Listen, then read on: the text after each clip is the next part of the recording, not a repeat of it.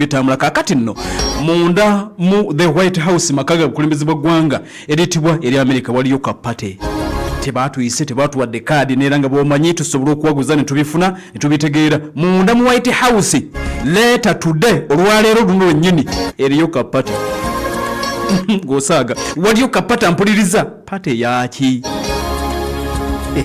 Mu White House mulimu kapate. Omukulembeze w'eggwanga lya America n'omukulembeze w'eggwanga etibwa erya Israeli Ssaabaminisita King Bibi Benjamin Netanyahu balina kapate. Tebatuyise tebatuwadde kaadi ate nga tubadde tubabuulira ebitambula mu lutalo lwabwe wakati wabwe n'omusajja ayitibwa mu Iran. Kati after party yita after party eri mu White House cerebule bagenda mu cerebule abagenda okuteeka ka cerebule waba bategeseka after party. Bwenjogera after party mukitegeera after party America ne Israeli nti bagenda kujaganyamu bagenda kujaganyamu mu White House munda. Netanyahu ayirekedde eggwanga eritibwa erya America ba analyst bagambye wagenda kubeerayo celebrations ye after party gye nkugambe. US and Israel self anointed victory against Iran ye party eriyo ka after party sajja twamukuba naye nga baamukuba ebyaddala ngenda kuwa ne ripooti kansooke nkubulye ka party. Omukulembeze gw'eggwanga lya Israel Benjamin Netanyahu nga bwe mbategeezezzaako nti olunaku olwaleero alinnye agenze munda mu ggwanga eryitibwa erya America. Ensonga batugambye nti ziringa 3 oba 4 ezitutte Netanyahu munda mu ggwanga lya America agenze okusisinkana Donald Trump. Gugenda okuba omulundi ogwokusatu ng'amusisinkana kasookedde ng'omwaka guno gugenda maaso n'okulabika nti gutandika. Bagambye nti ensonga ziri 3. Ensonga esooka yeeyo batugambye nti eyinza okuba egenda kubeera pate banywemu bakoonaganye obugiraasi mbu nga bagenda maaso n'okweyozayoza ennaku 12 engeri gye baakubamu eggwanga etibwa erya Iran ne batta ba commanders ne batta bannasayansi ne bakuba Fodo ne bakuba Isfahan ne Natanz nuclear sites za Iran. Nti bo ababiri bano Donald Trump ne munne Netanyahu balabira ddala nga baawangula. Obuwanguzi ani yabubawa? Ba analyst bagamba nti Israel US self anointed victory. Bo bennyini bagamba nti ffe twawangula.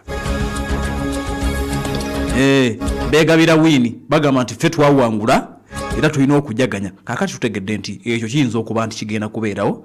Mwami Netanyahu okulabika nti bamwozaayoza Abamerika webale kufaafagana busajja webale busabula okumala ennaku 12 ate ne Netanyahu agenda maaso n'okwebaza Donald Trump olw'obabeererawo nga bakozesa US Air Defense Systems of course eziwerako. Ekyokubiri obayambako n'aleeta zi B2 nga ziri equipped with GBU banka busters ezo ne bazireeta ne bazikuba ku Isfahan ne bazikuba Natanzi n'ekitundu ekyo mukwano gwa mpuliriza kibayita Forudo. Kakati bubana amalo okuba nti beyozayoza bakwana nga mumanyi kafuta pate bwe kabeero baka pate konna bakwaba obugiraasi bwekone babonge n'obugiraasi bagenda nti ekyo kiwedde. Kakati eyemu ku nsonga nti bagenda kuba bajaganya beyozeyozi bagenda nti weewaawo nti weewaawo. Kale ensonga emu ensonga ey'okubiri esuubiddwa kubanga tebatuwulidde ensonga lwaki Netanyahu agenze. Ensonga ey'okubiri esuubiddwa egenda kubeera ya nzikiriziganya wakati wa Hamasi n'ekibinja kasooke tumaliriza ono. Ensonga ey'okubiri esuubiddwa nti ng'oggyeko okuba nti bagenda kubeera mu after party beeyozeyoze olw'okuba nti baawangula. Naye ensonga ey'okubiri gye bagenda okwogerako kisuubiddwa nti naye okunywa tunywedde era tweyozayozezza bati okimanyi nti akasajja kaatukuba naffe ne bwe tuba twakawangula naye ate kaatukuba. Basuubiddwa Isirayiri n'Omumerika okutuula ku mmeeza bateme empenda nti bwe tuliddamu okulumba akasajja tekatulabisa bwe katyo tetuganye twabakuba ne tubatira bakomanda. Naye omusajja Omwirani yali mukambwe era ebizuka bye ebiwerako byagenda maaso n'okweka nti biyitawo. Ebibuga bya Isirayiri ebiwerako byalabwa nga bikubwa ekitabaddeewo. Kakati nti n'ekyo basuubiddwa ababiri bano waaye tukoze tutya yadde nga twakalumba naye kalalamuko kakati kisuubiddwa America one on one Donald Trump ne musajja mukulu Netanyahu okulaba engeri gye bayinza okutereeza defense yaabwe kubanga nti ku mulundi guno yabaddemu ebituli ebizuka bya Iran zifata zisejil zagenda maaso n'olwe kandi ziyitawo ekyo bagenda kukyetegereza balabe Iron Dome ki tujongeremu ki Patriot tujongeremu ki Thali tujongeremu ki musajja batuddemu okulumba tagenda maaso n'olwe kandi munange atukubamu ebituli nga bwe gwabadde eyo naye nsuubiddwa okuba nti egenda kubeera emu ku nsonga.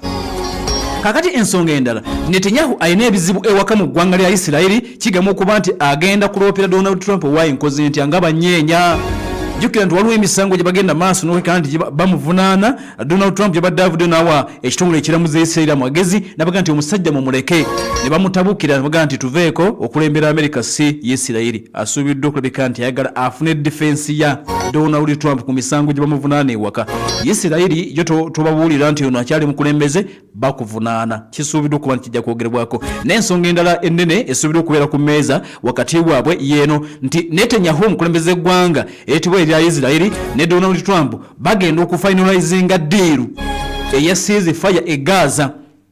Jukira nti saba minisita yennyini Donald Trump yennyini yategeeza n'agamba nti waliwo okukaanya wakati w'eggwanga etibwa erya Isiraeli n'aba Hamasi emmundu esirika okumala ennaku 6. Ebbanga lyonna Netanyahu abadde agamba nti emmundu tegenda kusirika okutuusa nga Hamasi bamumaliriza completely and over. Ekyo nakyo ekizibu kiggweewo naye ate batulaga nti waliwo proposal ya nnaku 6 esuubiddwa okulabika nti egenda kukkiriziganyizibwako abahamasi twategedde nti bagirinaako buzibu era balagidde n'ebibinja ebirala bye bamukwata mundu ebigenda maaso n'okeka nti birwanira sayidi eyo basooke bakkirize balabe ennaku zino 6 ceasefire egenda kubeera etya wabula America ne Israel bapuushinga nti mu ceasefire eno gye basuubidde okulabika nti ebeerawo e Gaza nalwo luggwe baagala abamu ku ba hostages 58 abakyasigadde emikono egy'abahamasi bagende maaso n'okulabika nti bateebwa badde ewaka. Kati omuhamasi kitayagala kiwulira nnyo kubanga akimanyi nti singa bukya enkya omuhamasi akimanyi singa bukya enkya nga takyayina hostage yenna aba takyayina kyagamba Isiraeli kati Omuyisiraeli ajja kujja kuba abamalewo kibalina ekyobugagga kiba era kisobola okukwata Isiraeli ne bamutuuza ku mmeeza be bano ba hostages mu diiru zonna zibabeeramu ekisinga okuleeta kalumanywera kubagamba nti muteba hostages ne tutegedde nti abahamasi basuubiddwa nabo okwongera okusindika okuddamu kwabwe era eggwanga lya Qatar ebyongere munda mu ggwanga lya America mu kaseera nga Donald Trump anaabeera ali mu White House ng'agezaako okuteesiganya Netanyahu nga bigenda maaso n'okuleka nti bitambula we n'ataddeko Pal FM ekula eri omuntu wa bulijjo. Kakati ebyo omaze okubitegeera ogenda kukkiriza akaseera kano kennyini nsooke nkuzize ku sayidi ya Iran lipooti efulumiziddwa yeewunyisaamu obusajja ebyaddala bw'abalula Isiraeli eri etya kanjikuwe Report Index. New video today from Israel's military claims to show. You tell us your side of the story. Your side of the story. Hamas has underground tunnels and basements, but they sure know how Pal to torture. FM News and You World. Behind every statement, there is a bigger story. Get the bigger and real story. This is Pal FM. Ekwali omuntu wa bulijjo.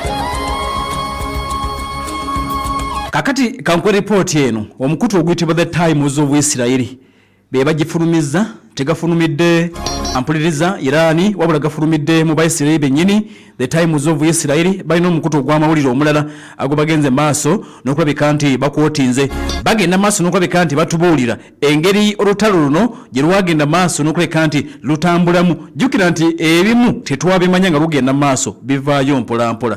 Nze nagamba sijja kupapa sijja kuwa lipooti ifu nja kulinda lipooti zivaayo mpolampola then tugende maaso n'okulabika nti tukubuulira nga kyetukuwadde tukyekakasa. Wakitegedde nga kyetukuwadde kiri ku muzuuli nga kiri 100% accurate and correct. Kakati ripooti yino egenze maaso n'okuleka nti evuddeyo twagala kuba nti tugyetegereza.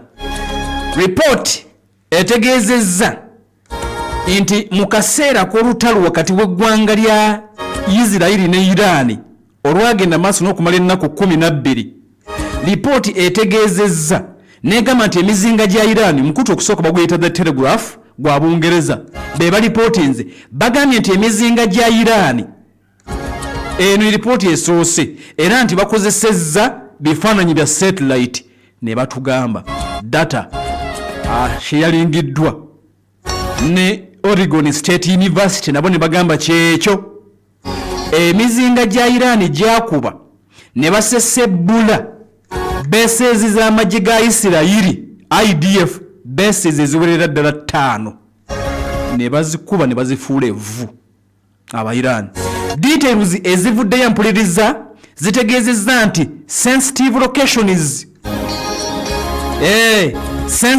locations munda mu ggwanga ettibwa erya Isirayiri n'okutuusa olunaku lwalwo Isirayiri ekyagezaako okupreventinga okulaba nga tebafulumya biki byaliwo ebyaddala. Jjukira nti baayisa amateeka ag'ekinnamagye agatakkiriza kumala gafulumya bwebakubye.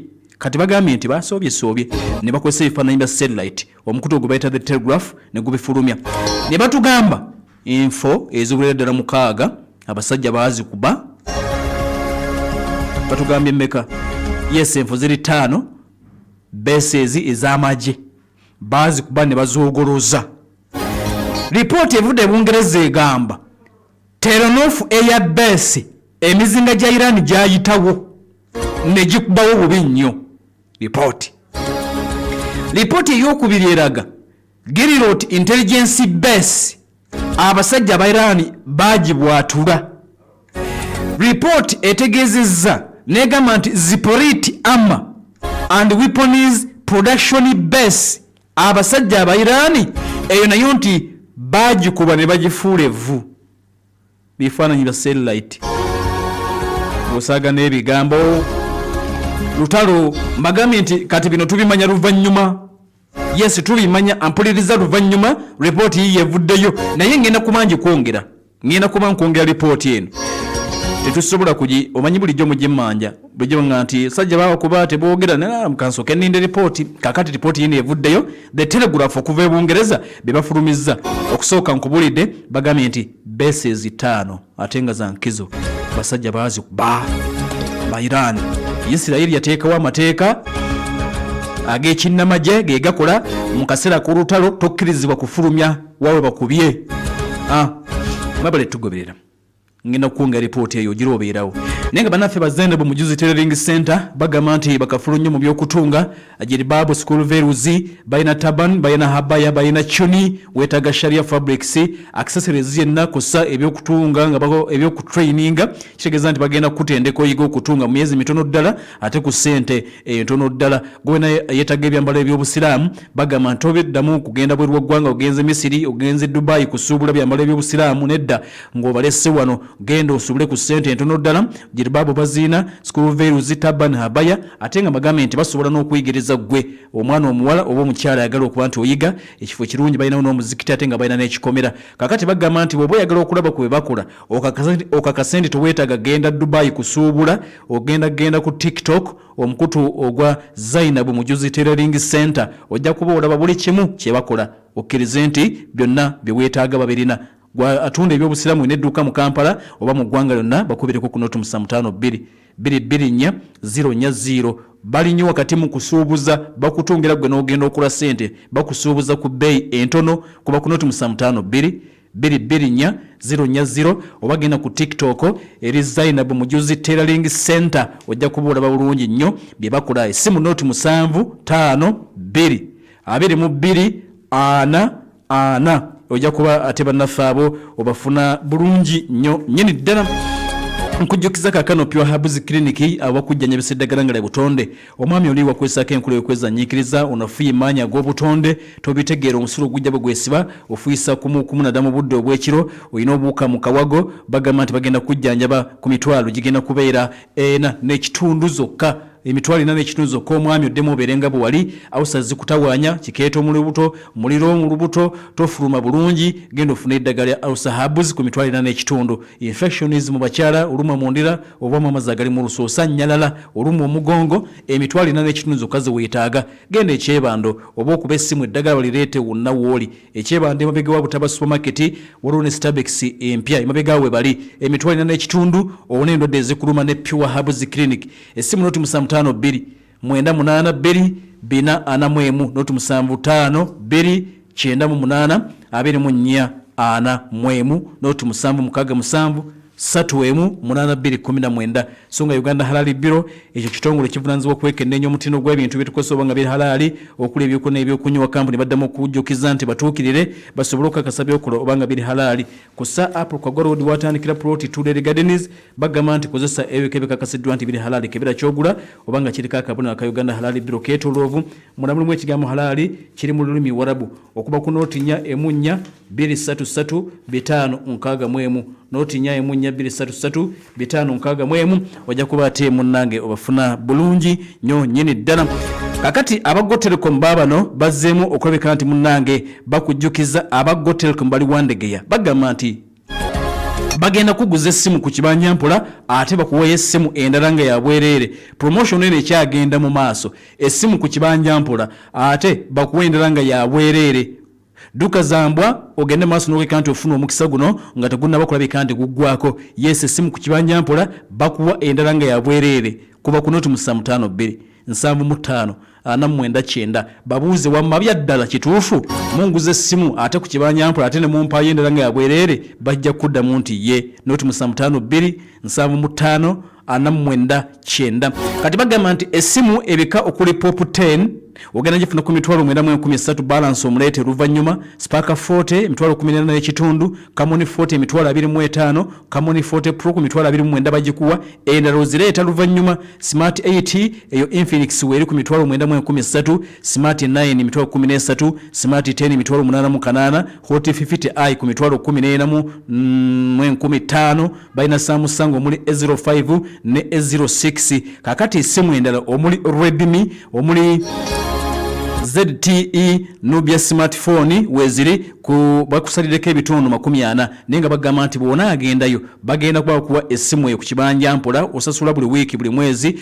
oba buli lunaku ate ne bakuwerako ekirabo kya kuwa simu endala ku bwereere bali mwandegeya okulirana ebitaala bali opposite ne Ecobank banafona ba Go Telecom essimu yaabwe noti 552 75 gena nendaga muntu ofune essimu ate okuva manafe bana ba Go Telecom nawo musobozi bakwaniriza noti 552 75 49 aba Go Telecom ogenda kuba obafuna bulungi nnyo nyini ddala wali ewandegeya katukomewo tumaliza ripoti ya Irani aba Telegraph ebungereza be bagifulumizza bagamba nti ebyaddala obusajja bwabwe atula omuyisirayiri MTN Voice Bundles ziri bei dondolo okukubira emikutu kyonna mu Uganda. Funa eddakiika 25 ku nusu lukumi zokka okuzigula nyiga star emunoti star 2 olonde daily bundle oba kozesa My MTN app oyogere ku bei dondolo ne MTN kubanga bwe twogerera awamu tewali kitulema. MTN enkola n'obukwakulizo bigobererwa. MTN erungamizibwa Uganda Communications Commission. Kankwanjulire kawampologoma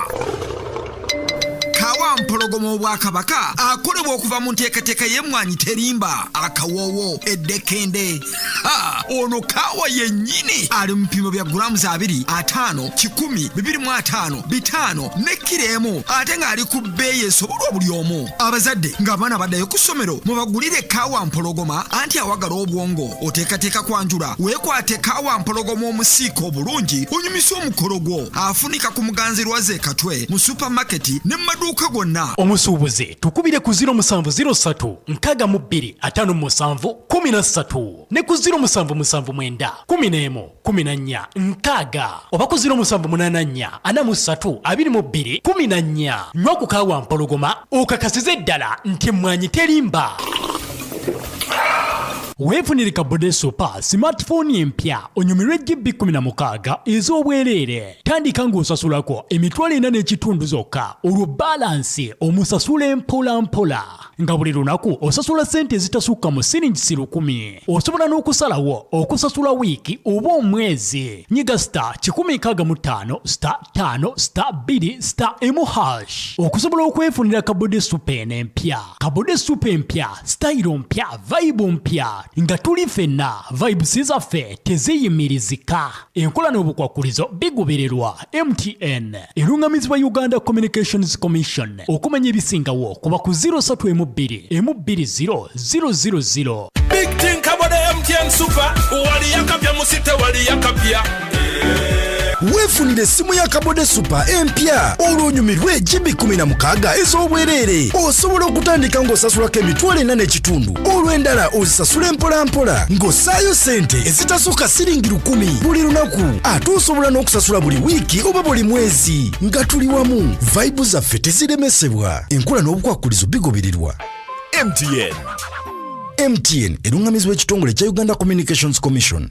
Manda Mobile ekuleetedde bandi empya 2 nga zisobola okukola okutuukira ddala ku nnaku 3. Kati ku mitwalo 3 gyokka osobola okulondako okufuna GB 20 onyumirwe internet oba GB 6 n'eddakiika 6 nga zikuba ku mikutu gyonna. Kati nyumirwa internet etasalako, olabe bu video busesa online, nyumirwa WhatsApp etakoma, obuzannyo n'okuba video call eri abaagalwa abo okumala ennaku 3. Nyiga *149# ku Manda Mobile onyumirwe. Manda Mobile koleza. What is that? Crunchy, yummy. Oyagala obumpwakimpwaki obugenda okuteeka kamwenyumwenyu ku matama buwomu era ng'obufuna mangu. Nkwanjulira Newman's Snacks nga tulina ezagonja, obumonde, tulina emberenge ez'amawogola, bagiya, ebiryo, soya, tulina ebinyebwa ne daddies, ebiwoomu, tulina kakamulali akalungi n'entungo kawoomera, tulina akabisi k'embidde k'ogula n'onywerawo.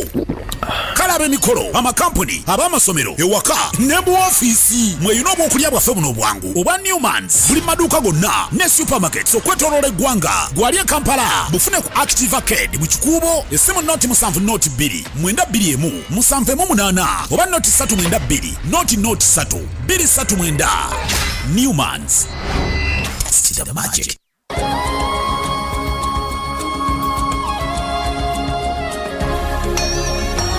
Pal FM ekulera omuntu wa bulijjo mwabale tuwuliriza mwena bakyataddeko esigadde 24 z'okutwa ku ssaawa 5 ez'akalasa amayanzi tutambula ne MTN banafa bateekamu ensimbi okutuusaako byonna byogenda maaso n'oweka nti owulya. Twagala kumaliriza emunda mu bisenge by'amakolero ag'entalo tugende mu kandideeti wo olw'okitegeeza tuba tuyingirako Uganda Kampala okulaba ebyobufuzi. Tulina kandideeti olunaku olwaleero linda ate omanyani gwe tukuleetedde ate omuwulire nga tugenda mu kalulu ka 2026 naye nga nkujjukiza bannaffe aba Hub Horizon Research Clinic bali wali ekawaala opposite Good Times bagamba nti bw'oba ekasubi ng'oyisizza katono nnyo ku Good Times omukono ogwa kkono ekkubeere kwe kuli bannaffe bano aba Hub Horizon Research Clinic basangibwawo ekawaala abagamba nti bagenda kuba bakujjanjaba nga bakozesa eddagala ery'obutonde bajjanjaba endwadde nga prostate enlargement omwami nga prostate egaziye basobola okukeka nti munnaye bakutereeza bulungi ku mitwalo 5 zokka infection ezi mu bakyala ku saabaami nga zibatawanya kwata emitwalo 5 ogendo wune. Back pain bagamba nti omugongo kuluma osanyalala enyingo zikuluma alusa zikulemeddeko okumala ebbanga aniya olina ebizimba mu nseke bagamba nti balinawoko ne size enlargement eri abaami mugende maaso n'oweka nti munnange mutereeza kakati abakozesako ku nkola ey'okwezanyiikiriza n'ofuna obuzibu n'onafuwa mu maanyi ag'obutonde aba Hub Horizon bagamba nti genda ofuna eddagala ekakasiddwa abajjanja ba pressure malaria byonna basobola nti munnange bakujjanja n'oterera bulungi nnyo. Hub Horizon Research Clinic bali wali kawaala opposite Good Times osobola bafuna bakubira ku ssimu eri noti 750 87 4396 essimu kweri bakubireko ogenda owone ku mitwalo 5 gyokka noti 750 87 4396 noti 785 4394 55 bali awo nga wakavayo kasubi wakaisa katono ku ssomero lya Good Times ekubeerweta ku kkono wogenda okuba nti munnange obasanga kukubeereridde ekawaala we bali aba Hub Horizon essimu noti 750 87 4396 okubene ku noti 785 439455. Tugenda kuba tweyongerayo wabula again kankujjukiza ba Lukisa Logistics Limited company eno bagamba nti bakafulu mu kutambuza ebyamaguzi ebyo okubitwa n'okubejja e China okussa eggwanga etubera Japan. Gwe munnaffe Munnayuganda ayagala okusuubula tukiddamu Munnayuganda oyagala kusuubula bweru wa ggwanga olina miliyoni 1 miliyoni 2 miliyoni 3 miliyoni 4 miliyoni 5 n'okudda waggulu naye nga tosobola genda kusuubula ate ng'owandagadde ogenda osuubule ku bintu ebya layisi otunda spare otunda masimu ngweye byakwewunda eby'abakyala ebizigo oyagala kukola ki ku shoppinga ngato okuva China ozirete omunango ofuna akasente Kampala Uganda oyina edduuka mu kibuga webweru wa Kampala naye nga tolina zigenda China bagamba nti bakubere kati nabagambye nti bagenda kuddamu okutika n'olwekyo beetaaga bannayuganda bagenda okuba nti baleetera ebintu mu luutu eddako ku ssente zonna z'oyina bagenda kuleetera emmaali bagamba nti totya watuuka dde okusuubula China naye tokimanyi kati bakubireko ku noti 552 035 bakuleetere emmaali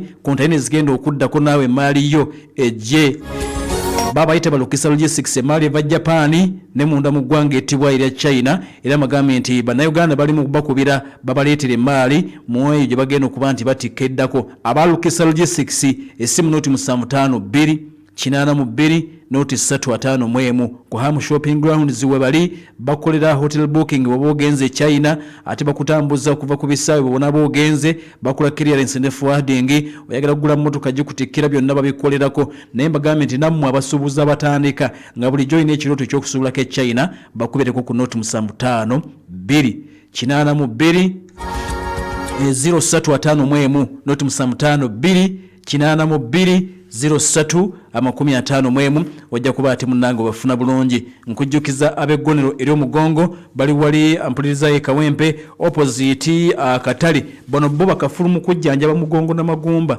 byokka kyebe bakugukamu bagenda kujjanjaba amagumba gwe munafa alumuddwa amagumba olumiddwa omugongo kumala ebbanga oli ku muggo oli mu katanda oli mu kagaali mugongo gwagana okuwona essuubi tolina liwona ate n'okutwala ebweru ssente teziriwo kati bagamba nti genda bakujjanjabe ku ssente entono ddala essimu ya 2 19 33 noti bali Kawempe ku ttaano maaso ga katale ekizimbe kya Kawempe Shopping Arcade bakozesa enkolete therapy treatment massage ne home care basobola okujja wakane bakujjanjaba bagenda okuvaako ng'owonye bulungi nnyo nnyini ddala nzijanjaba mpya amagumba gaseeseetuka ne ganyiga nerves obanga omugongo gukuluma gukulemeddeko osanyalala kiwanga kibigere bikuma omuliro obanga amagulu gaggwamu amaanyi n'endwadde endala weekwate bannaffe bano ab'eggonero eri omugongo Kawempe ku ttaano maaso ga katale we bali kuba essimu eno oyogere ne Dr. Mugambe nti omukugu atugambye nti omugongo gujja kuwona essimu eri noti 551 19 33 noti 075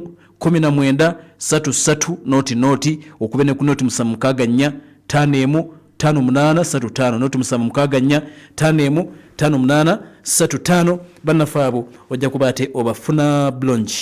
Report in depth. New video today from Israel's military claims to show... You tell us your side of the story. Your side of the story. Hamas has underground tunnels and basements, but they sure know how to torture. FM News and your world. Behind every statement, there is a bigger story. Get the bigger and real story. This is Pal FM. Equality omuntu wa bulijjo. This is Pal FM ekulera omuntu wa bulijjo mbategezaako nti ripooti ekufulumiziddwa omukutu oguyitibwa The Telegraph batugambye nti abasajja ba Iran successfully basobola bulungi nnyo okuba Telenof Air Base ne bakuba Gerrot Intelligence Base kitebe kya byakwerinda bwe batu ne bakuba ne Zipolite Armor and Weapons Production Base. Kakati be batubulidde babijjewa bano batugambye nti okusinzira ku radar data eyafulumiziddwa oba yafuniddwa aba Telegraph okuva ku Oregon State University ampuliriza bano be bakafulu mu kutrackinga bomb damage mu war zone ebitundu ebirimu entalo bo mulimu gwabwe kutrackinga damage za bomu nti Uganda bakubiyeyo bomu damage erietya bano bogwe gwabwe ne bwebikweka bakozesa satellite ne basoma ne bafulumya report kati bino bye basomye era report je bagenze maaso noko bikandi batuwerezaako nawe ali Kampala Uganda otanule ogende maaso nowe kandi munnange ogitegeera bulungi batugambye enfeezo abasajja bayitibwa ba Irani bazikuba bulungi kati era okusinza ku report batugambye nti emizinga gya Irani gy'omutawaana jalinga mukaaga. Yes, emizinga nga mukaaga ejo gye kuba bases zino. Emizinga mukaaga zeza kuba bases 5 eza IDF zenkubulidde. Kati bagambye nti ng'oggyeko emizinga egyo mukaaga nga Abayirani bakuba bases ezo 5. Kigambibwa okuba nti waliwo ebifo ebirala 36. Yes, other missiles impacted locations inside Israel. Ebifo ebirala 36 eng'ogyeko bases 5 ezakuvwa. Kati waliwo ebifo ebirala 36 ebyagenda maaso n'okulabika nti missiles nga zakubawo ne zituukawo. Kitegeeza nti missiles kumpi 36 zaayitawo ne zituukawo, era zino zasobola okuivadinga interception by Israeli and US air defenses. Ripooti etegeezeza n'egamba nti abantu 228 be baafa, ennyumba 2335 ezo nyumba homes amaka g'abantu 2335 zaayonoonebwa. Ebizimbe waliwo enjawulo wakati w'ennyumba n'ebizimbe. Ebizimbe bino ebiwanvu bwe mulengera mu bibuga, ebizimbe 124 bye byagenda maaso n'okulabika nti nabyo bikubwa ne byonoonebwa Irani, era ne waliwo ne universities 2 ku sseddwaliro ebyagenda maaso n'okulabika nti bikubwa. Era okusinza ku ripooti ya The Telegraph bagambye nti abantu 1,013 munda mu ggwanga erya Israeli be baafuuka ababundabunda mu kaseera k'olutalo. Kati ripooti neeyongera negamba nti in total Iran yalunkinga emizinga 500 ng'ebyolekeza Israeli mu nnaku 12, emizinga 500 ballistic missiles 500. Kakati era Iran neerunkinga drones ezaali 1,010 ze baakasuka ku Israeli, zino ezisinga eggwanga lya Israeli bazikwata. N'ekigambo kuba nti aba Iran mu kusindika drones zino baali bakimanyi nti zijja kukwatibwa, nga bagezaako okuteekawo embeera eya buzaabuza olwo n'emizinga gyabwe giri gisobole okuba nti giyitawo. Kakati bagambye nti newankubadde nga interception success rate yali waggulu, yes, emizinga baagikwata egiwera, naye ate era nti emizinga ku mulundi guno egyayitawo gisinga bulijjo egiyitawo. Kituufu baakwata egiwerako, naye egiyitawo ku mulundi guno gyeyongera bw'ogeraageranya ku nnumba ezibaddewo Irani n'eggwanga eritibwa erya Israeli. Overall batugambye ebitundu 16 ku buli 100 ku mizinga egyakasukibwa Irani gyasobola bulungi nnyo ogenda maaso n'okuba nti giyitawo. Beera nga bwetambula. Abairani gye bavuddeko baafulumizza alipoota ne bagamba nti emizinga gye balina egiri wansi mu ttaka tebaakwatako yadde, era ne bagamba nti baakozesanga 25% ku mizinga olwedde gye balina egyo gye baategekedda okwenganga omulabe, naddala eggwanga eritibwa erya Israeli singa liba ligenze maaso n'okweka nti oba oliawo libalumba akadde kano kennyini nga tugenda maaso n'okweka nti tubifuna era bwe tuberengera. Naye nga lipooti yeeyo efulumiziddwa tubadde tetunnaba kuwulira kiva Israeli, naye nga byebyo.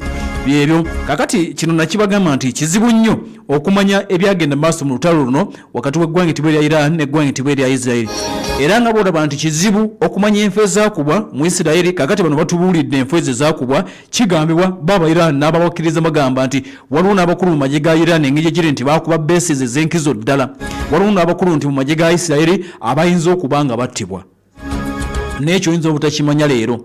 Kakati Iran, Fordo, Natanzi ne Isfahan tekimanyiddwa zaakubwa kwenkana ki. Iran yagamba nti buli kimu kyasiga kiri ku muzuuli, n'ekisoboka okuba nga byonna baabikuba ne babisaanyawo. Kati embeera bwetyo bwetambula, twabagamba nti ebimu tetujja bimanya kaakati bijja kuba bivaayo mpolampola. Lipooti efulumiziddwa aba Telegraph egambye nti emizinga gy'abasajja Abairani ebitundu 16 gyayitawo, era enfo eziwerako ddala 5 ezo bases z'amagye ga ggwanga etibwa Israeli zagenda maaso n'okulabika nti zikubwa, ate ne wabawo ebifo 36 nabyo ne bigenda maaso n'okulabika nti byakubwa mu lipooti envannyuma egenze maaso n'okulabika nti efulumiziddwa abasajja abayitibwa Abangereza, era amawulire gano ne gagenda maaso n'okuddamu okuwandiikibwa. Lupapula lwa mawulire lukkirizibwamu nnyo baluyita The Times of Israel. Report Index. Webale tugoberera.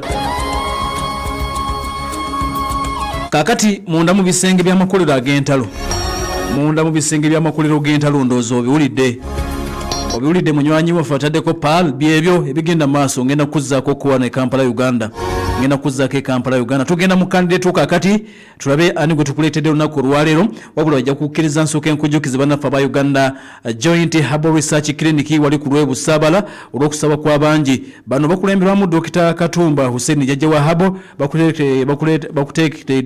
bakuteekedde olusiisira lw'ebyobulamu baluyise nti bagamba lwa mulundi gwa 13 baluyise twegobeka endwadde ku mitwalo 6 z'okulusiisira n'ogenda kubalwa nnaku 2 ku Lwomukaaga nga 26 n'enkeera ku Sande nga 27 ku ddwaliro wali ku Lwebusaabala weewanise n'omutwalo gumu ofune ennamba yo ku lunaku luli ojja kujja n'emitwalo 5 gyokka bakujjanjabe ate nga gwe kuli n'eddagala gwasanyalala ofune ebbugu mu mubiri ne wansi w'ebigere ekifo ku maaso kamunguluze sukaali pressure omugongo kuluma amagulu gazimba ozimba olubuto n'okuluma wansi wa kameeme oyinamba mu lubuto alusa omwami nga tofiisa bulungi bw'omukyala oluma mu ndira gw'omukyala infections abaami bagezwa prostate n'endwadde ez'abakadde zonna bagenda kuzijjanjaba mu lusiisira lw'ebyobulamu lwa mulundi gwa 13 nga 26 nenga 27 aba Uganda Joint Herbal Research Clinic be bategese bakulemberamu jjajja wa Herbal Professor Dr. Katumba Hussein. Booking n'omutwalo gumu ku mulundi guli ojja n'emitwalo 5 kubira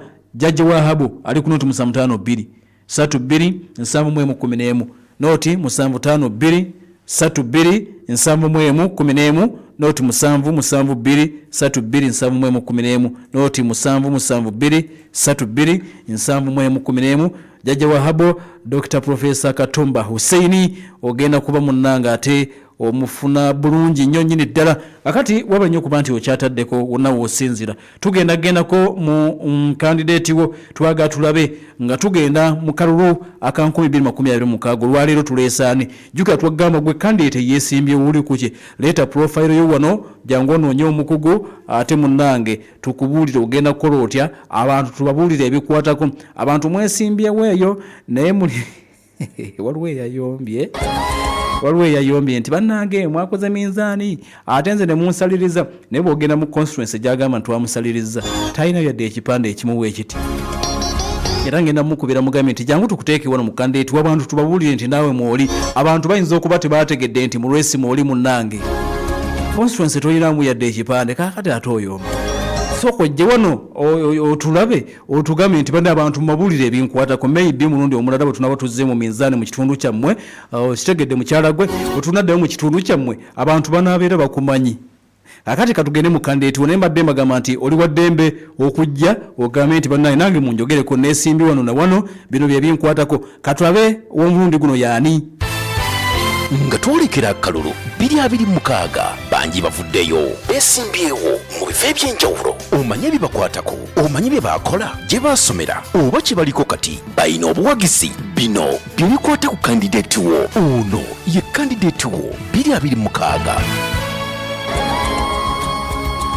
ono ye candidate wo omwaka 2026 wetukuletedde olunaku olwaleero si mulala ye Talemwa Christopher munakibiina ekya National Resistance Movement yesimbyewo ng'ayagala okukiikirira ekitundu ekya Kyaddondo East Constituency mu lukiiko olukulu olw'eggwanga omwaka 2026 munakibiina ekya yero ekya NRM Talemwa Christopher magambye nti gwe tuleese olunaku olwaleero mu candidate wo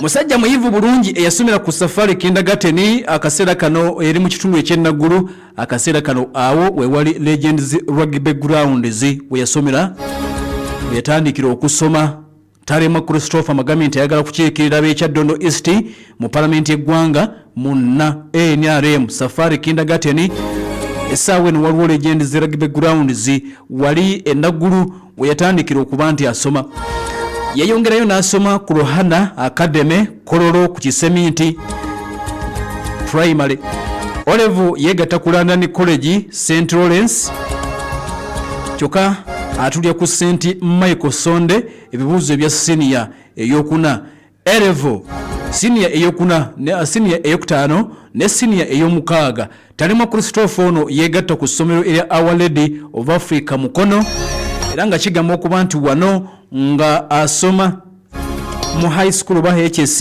yali omu ku ba prefect oba yali omu ku bakulembeze mu ssomero lino ekiraga nti akalandira k'obukulembeze kabadde kagenda maaso n'okuba nti kamutambulirako.